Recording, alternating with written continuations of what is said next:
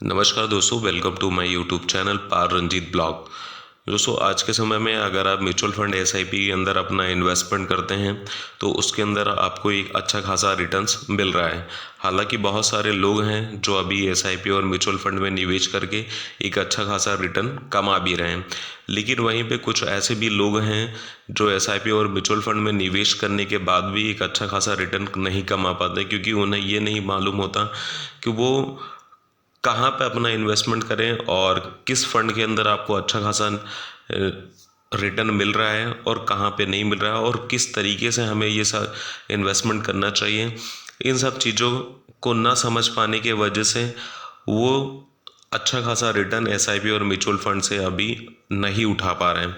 तो दोस्तों, आज की इस वीडियो में इसी तरीके की 7 ऐसी गलतियां आप ना करें जो म्यूचुअल फंड एसआईपी के अंदर बहुत सारे लोग कर रहे हैं, उसी को बचने के लिए आज इस वीडियो में आपको वो पूरी डिटेल्स देखने को मिलेगी। तो दोस्तों, अगर आपने अभी तक चैनल को सब्सक्राइब नहीं किया है तो चैनल सब्सक्राइब कर लें, क्योंकि इसके ऊपर आपको फाइनेंस, इंश्योरेंस और इन्वेस्टमेंट से रिलेटेड ही वीडियोस देखने को मिलती हैं। तो दोस्तों, सबसे पहले हम ये देखते हैं कि जब भी आप एसआईपी या म्यूचुअल फंड में निवेश करें तो उसमें सब सही राशि का आपको चयन करना चाहिए।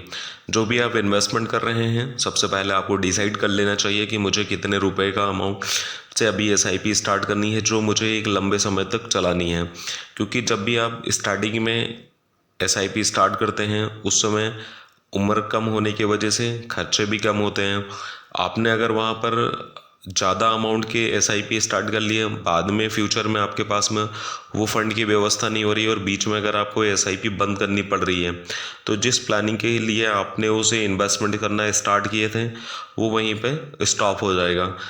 तो आप जब भी एसआईपी इन्वेस्टमेंट करना स्टार्ट करें तो उसका सिंपल सा कैलकुलेशन है कि जो भी आपके इनकम है उसका 10% का आप इन्वेस्टमेंट करना स्टार्ट करें, जिससे आपका एक्सपेंसेस और सेविंग दोनों चीज़ें मैनेज होती रहेंगी।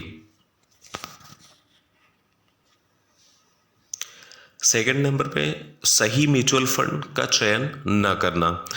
दोस्तों, जब भी आप एसआईपी या म्यूचुअल फंड स्टार्ट करते हैं उस समय जिस भी म्यूचुअल फंड का आप परचेज कर रहे हैं, उस चुनाव कर रहे हैं, सबसे पहले आपको उसके बारे में जानकारी होनी चाहिए कि ये म्यूचुअल फंड किस तरीके से अभी काम कर रहा है, किस ट्रैक रिकॉर्ड के साथ अभी ये चल रहा है, आगे फ्यूचर में इसमें ग्रोथ कितनी हो सकती है। ये सब चीज़ें पहले आपको जानकारी ले लेनी चाहिए, उसके बाद ही उस फंड के अंदर आपको इन्वेस्टमेंट करना चाहिए। अगर आपने बिना जानकारी के ऐसे फंड के अंदर अपना इन्वेस्टमेंट करना स्टार्ट कर दिए तो आपको अच्छा खासा रिटर्न जिस उपेक्षा के अनुसार आपने स्टार्ट किए हैं वो नहीं मिलेगा। तो जब भी आप इन्वेस्टमेंट करना स्टार्ट करें तो सबसे पहले सही म्यूचुअल फंड का चयन आपको करना जरूरी है। नंबर 3, बिना लक्ष्य के निवेश। जब भी आप एसआईपी और म्यूचुअल फंड स्टार्ट करते हैं तो सबसे पहले आपको एक समय का प्लान करना चाहिए कि मुझे अगर इस एसआईपी या म्यूचुअल फंड को मैं स्टार्ट कर रहा हूँ तो मुझे इसे कितने साल तक चलाना है। पहले ही दिन आपको ये चीज़ डिसाइड कर लेना चाहिए कि मुझे 10 साल, 15 साल, 5 साल, 20 साल, जो भी आपकी प्लानिंग है, जो आपने फ्यूचर प्लानिंग के हिसाब से इन्वेस्टमेंट कर रहे हैं, उसके लिए आपको एक लक्ष्य निर्धारित करना चाहिए। उसके बाद ही आप उसके अंदर इन्वेस्टमेंट करें। अगर आपके पास बिना लक्ष्य के आप कोई भी प्लान चूज़ करके उसमें इन्वेस्टमेंट कर रहे हैं तो फिर आपको उसके अंदर प्रॉफिट नहीं होना। क्योंकि अगर आपने कोई लॉन्ग टर्म इन्वेस्टमेंट प्लान ले लिया और आप उसे 2 साल या 3 साल या 4 साल के बीच में ही उसे विड्रॉ कर रहे हैं तो वहाँ पर कोई भी अच्छा रिटर्न्स नहीं मिलेंगे। हो सकता है कि आपको माइनस में ही जा कर के उस प्लान को क्लोज करना पड़े। तो इन्वेस्टमेंट के पहले आपको लक्ष्य के बारे में ज़रूर ध्यान देना चाहिए। नंबर 4, नियमित रूप से पोर्टफोलियो की समीक्षा न करना। जब भी आप इन्वेस्टमेंट करते हैं वहाँ पर आपको म्यूचुअल फंड एसआईपी के जो पोर्टफोलियो हैं, एनएवी हैं, उनका आपको ध्यान रखना होगा। आप डेली टू डेली बेसिस पे उसको देखते रहें, चेक करते रहें, या डेली टू डेली बेसिस पे नहीं कर पा रहे हैं तो मंथली बेसिस पे उसे चेक करते रहें, कि जिस प्लान के लिए आपने उसमें इन्वेस्टमेंट किया है क्या वो सही तरीके से प्लान ग्रोथ कर रहा है या नहीं। अगर उसके अंदर आपका ग्रोथ नहीं हो रहा है तो आप अपने पोर्टफोलियो को दूसरी कंपनी में स्विच भी कर सकते हैं, क्योंकि अगर आप ये बदलाव समय पर नहीं करेंगे तो आपका फंड ग्रो नहीं होगा। तो सबसे ज़्यादा ज़रूरी ये भी है कि आपको अपने पोर्टफोलियो के बीच बीच में रिव्यू करते रहना चाहिए। नंबर 5, बहुत सारे फंड्स में निवेश। बहुत सारे फंड्स में निवेश कर देते हैं। बहुत से ऐसे इन्वेस्टर हैं, उनका ऐसा मानना होता है कि अलग अलग फंड में अगर मैं निवेश करूंगा तो कोई एक फंड नहीं भी अच्छा परफॉर्म कर रहा है तो कोई दूसरा चल रहा होगा, तो उसके वजह से उनका रिटर्न मेंटेन रहेगा। लेकिन कई जगह पे ऐसा करना भी गलत है, क्योंकि डाइवर्सिफिकेशन है अच्छा, लेकिन बहुत सारे फंड्स में अगर आप निवेश कर रहे हैं तो वहाँ पर आपको घाटे का सौदा भी करना पड़ सकता है।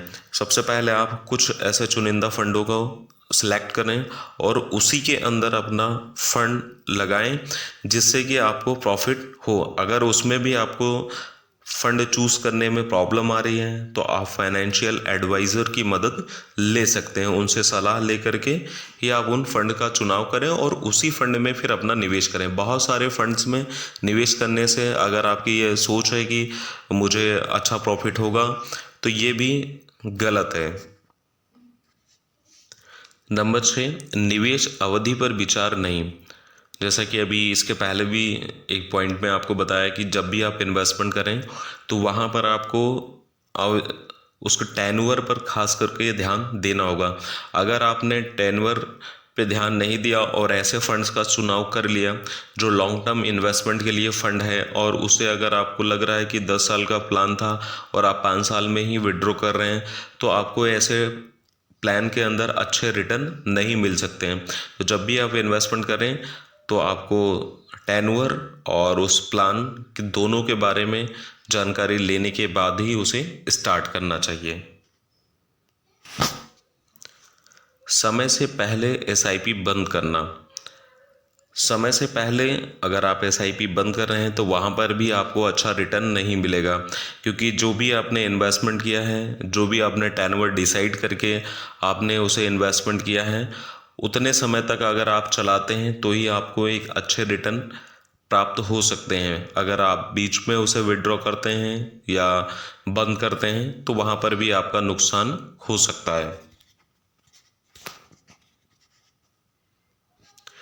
नंबर 8, बहुत अधिक या बहुत कम निवेश करना।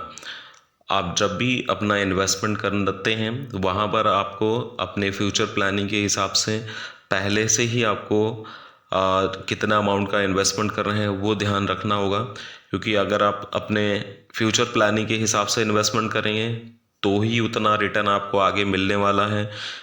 अगर आपने अपने प्लानिंग से कम इन्वेस्टमेंट करते हैं तो आने वाले समय में भी आप जिस प्लानिंग के हिसाब से इन्वेस्टमेंट किए थे वो आपको रिटर्न नहीं मिलेंगे।